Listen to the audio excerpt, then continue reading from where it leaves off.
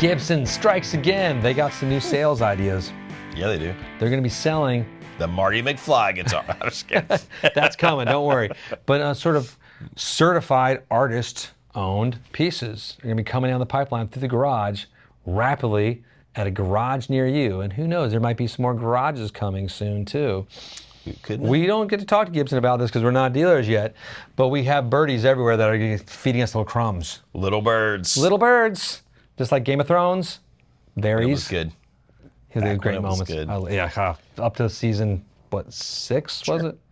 Anyway, so that's coming down the road.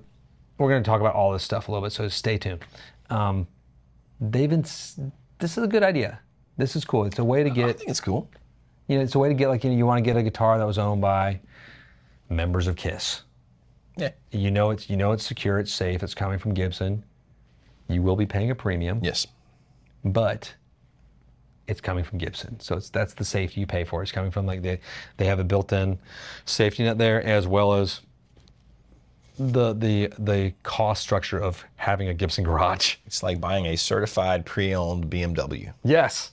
You pay more. But, in theory, except for my dear friend Molly, who bought one, and it's been a lemon of a car that is, it's like, and I don't know, man. I don't know where she bought it from, somewhere in North Carolina, but it's not been an enjoyable thing there. So they're very disappointed in that BMW. Sad. So this leads me into they've already been selling pre-owned older Gibsons, like as well. certified vintage pieces. They've been doing that. They've sort of been in the ball game of that for a while. And we'll get into that in a minute too.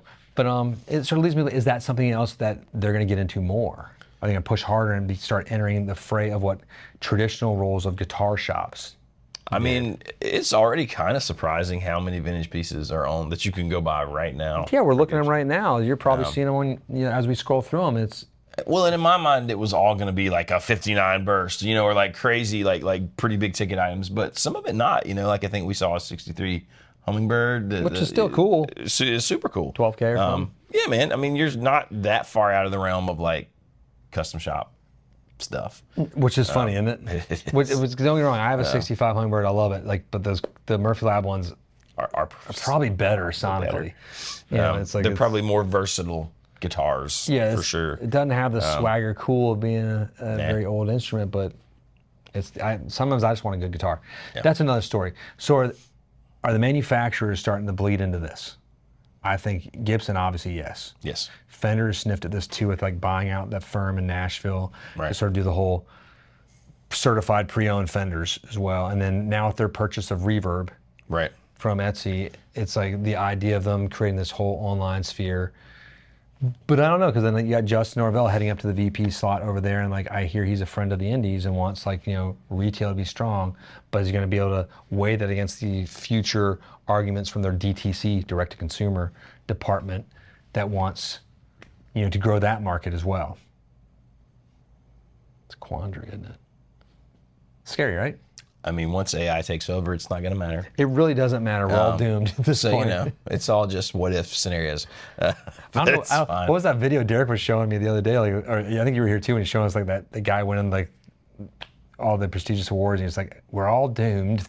The future. They're going to make viruses. Cool. The viruses will be made. Worse than anything we can come up with. Great. Awesome. So my thought too, jumping back, are these collection videos from Gibson going to start becoming sort of pre-advertisements? Well, that was my first thought. I mean, we've kind of already seen this with all the, when they have the page on Reverb. Mm-hmm. Is the way I got the Mike Campbell amp, right? Like, they sold, there are all sorts of artists have done that. And that is really cool. And I think we all feel okay. We don't even think about that because they're like already a third party. You know what I mean? They're not the manufacturer. Right. But I do kind of think that maybe if you see a new artist collection, you can kind of have in the back of your brain, ooh, they're going to sell some of this soon. It's going to be expensive. Well, it might not be like their main stuff, but it's going to be the stuff they got in the warehouse. No, but that's what I would do as an artist. Then you want to sell some things, make an extra bit so you can put that extension on the garage for your mistress to live in. That's what you do. The mother-in-law suite. Now, some of us might be bemoaning of Gibsons and Fender all getting into this, but we look at Gibson's history. They've been doing this for a long time. Since about the year 2000, You're like, wait, that wasn't when the Gibson garage opened. I mean, no, that was when the Gibson opened up their showcase at Opry Mills. Right. And that existed from 2000 to 2010 and was a pretty impressive place. It was. It was Gibson Garage 1.0. And they built mandolins. And they built stuff in the garage. Well, the showcase, what do you want to call it. But this was at Opry Mills, which this is at the heyday, sort of like the end was around the corner of malls, like mall culture in America. Oh, but I just went to a mall in Buffalo, New York.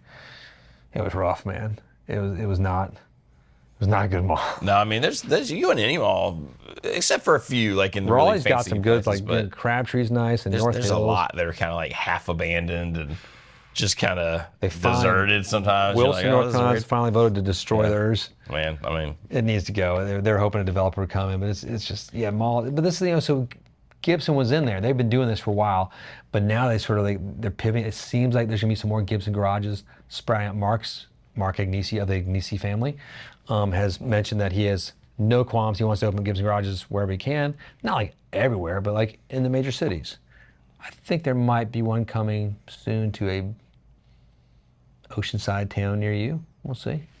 From what I've sniffed out, I would love if they would tell us these things, but nobody does. We just have to, again, hear from our little birds. It happens. Yeah, we'll see if that happens. We'll see if it's near any other big Gibson dealers and see how that sort of shakes down. Ooh. But no, so it's a fascinating step here, because like this might be like, I don't know if this is happening by accident or if this was all a plan of like, sort of connecting the dots of Gibson TV, right? The collections. We're going to be selling these. Or is this sort of an after fact that some of these artists have reached out to them? And I mean, you could. I'm sure I could see either way, but I don't know. It'd be kind of hard to think they didn't have some inkling about maybe some. Yeah, I'd like to see this, and then it all either falls in place or it doesn't. I don't know if part of me also thinks that these are guitar guys, right? And like this is pretty fluid, and like things flow in this industry, and like you have an idea, then all of a sudden it's corporate direction. It happens here all the time, and we're like small scale. I can imagine it happens in something like Gibson or Fender. You get a few of the big wigs, and they're like, "Hey, I think this is a neat idea. Well, that's cool too. What if we try it this way? Let's go implement." I'm sure. I mean, I'm sure that's true. I do think they're a big enough company, corporation, whatever you're going to call them, that maybe it doesn't pivot that quickly. I did the Wikipedia search. They have 25 full-time employees at Gibson, and 26 part-time employees. I just wanted to say, don't believe everything you see on the internet. I've seen some funny stuff there too. I like looking at how much people are worth. Right. Like, that's totally not real most of the time. Like, this is how much Justin Bieber's net worth is. None of us are wealthy enough to be even Google searchable. $17. I know. I've tried. How much is Baxter worth? It's like, you get the factory guitars in, right? Oh, mine's a little bit more than $17. Would you say your guitars are worth more than your car? God, yeah, it's not even close. both are my family vehicles. Yes. Yes. Guitars are more. Some of the vehicles are actually a detriment. Yes. Probably. It's like probably. Air conditioning working on the other car. No. Darn it. Okay, I was just hoping that started working. It's fine. It doesn't get hot here. It's so hot right now. It's horrible. Does she drive that car? I always try to get her to drive my truck, but she's like, it's too big. But luckily, they just put her a few blocks at a time. So this opens up the door though. So when you see like Gibson doing this, can Fender start doing this? Can Taylor start doing this? It feels like no. I mean, I just don't see it with Fender. You know what I mean? Like, why not? Because that's what leads into the next step. It's just the personality of like how they market things, right? Like Gibson seems like they're so into the history right now, and they've got guys like Mark. We love Mark, but he's actively going out looking for these old guitars, and I'm sure there's other people who are going out for some of the. And Mark's a guitar shop guy. And Mark comes from like the vintage guitar place. And you wonder, like, were they thinking that? And Scott, who's their DTC guy, he's a guitar shop guy. He's an indie guy through and through that now works for the evil empire of major manufacturers, but that's why we still love him. But I mean, it's just funny, right? Like, no, but he gets it. They get that. Sense. They get that heart and soul of it, and they still are just nerds. And they know how to sell vintage guitars. I mean, I can't ever think of even the thing that Gibson was doing in 2000, 2010.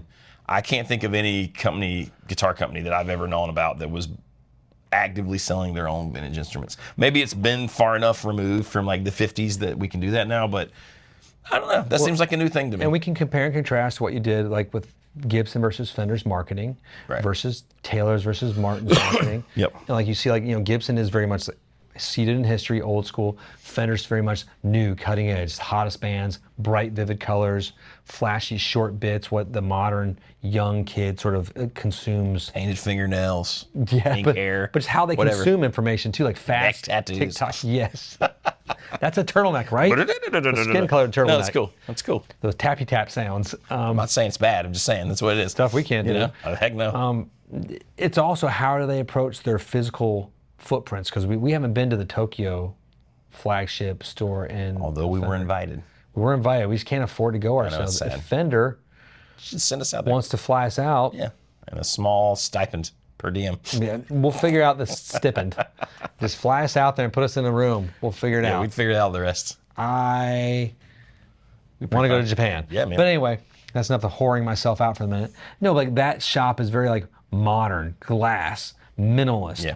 Gibson is much more like a fancier version of what we do in some ways. But ours is more rustic. Well, Gibson seems like a really fancy man cave. Yeah. And Fender just doesn't have that. Fender's like so if Fender wanted to open up more Fender shops, it's going to probably have the glass wall look more like bright open. Gibson's more dark, smoky bourbon. Like you want to have a cigar and a bourbon. That's right.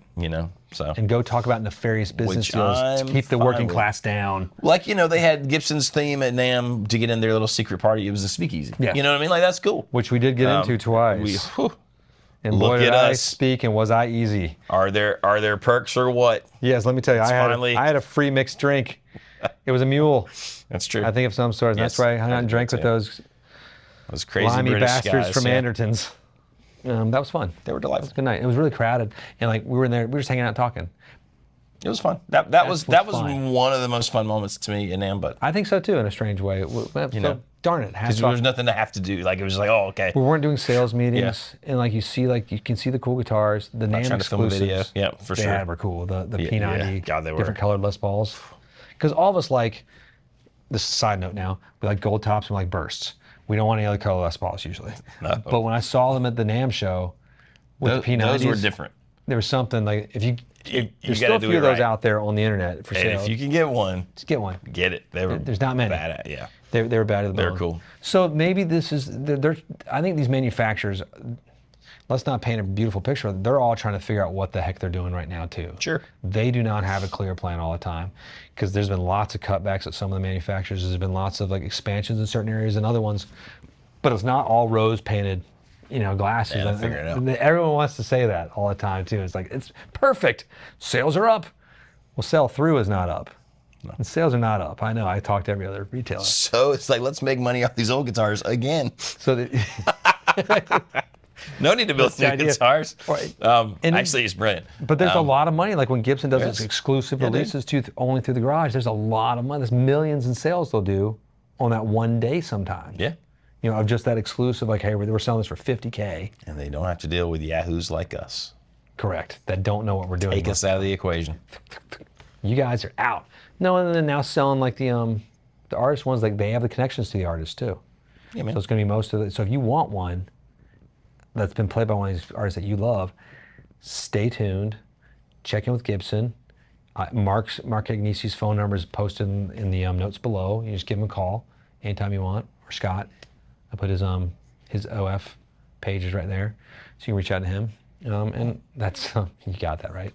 Shh, we get big trouble. It's got to have a little fun. But no, it's just stay tuned with other.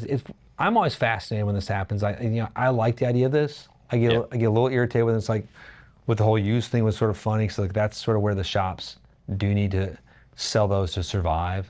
Not as much us all the time, but a lot of shops live. That's their lifeblood, is that. Right. And you're cutting into that as a manufacturer. Make guitars.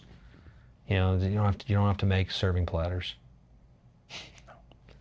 That'd be weird, right? Do you remember the Fender bookends? Yes. I do. Those are fun for a minute. I think that's it. That's it. I hope you've had fun. I'm curious to know what you guys think. If anybody wants to buy, some cool Gibson artist pre-owned stuff. I wouldn't mind a Charlie Starr Jr. That'd be pretty like one of his. Like one he actually owns. Yeah, like one of the ones because he has a signatures like he's taking those on tour. This and then at the end of the tour, he's like, get and unload these things. Yep, Gibson will be selling them, I'm sure. So I think that's cool. Let us know your thoughts on that. How's it going? Do you want to see more Gibson garages? Do you want to see a Fender showroom somewhere? Which beachfront property you think Gibson Garage might be planting its little hooves into? We might let you know if you're right or wrong in the comments. And then click like, subscribe. Hit the bell. Peace be with you. Have a great week, a better weekend, and enjoy this glorious year of 2025. Yes.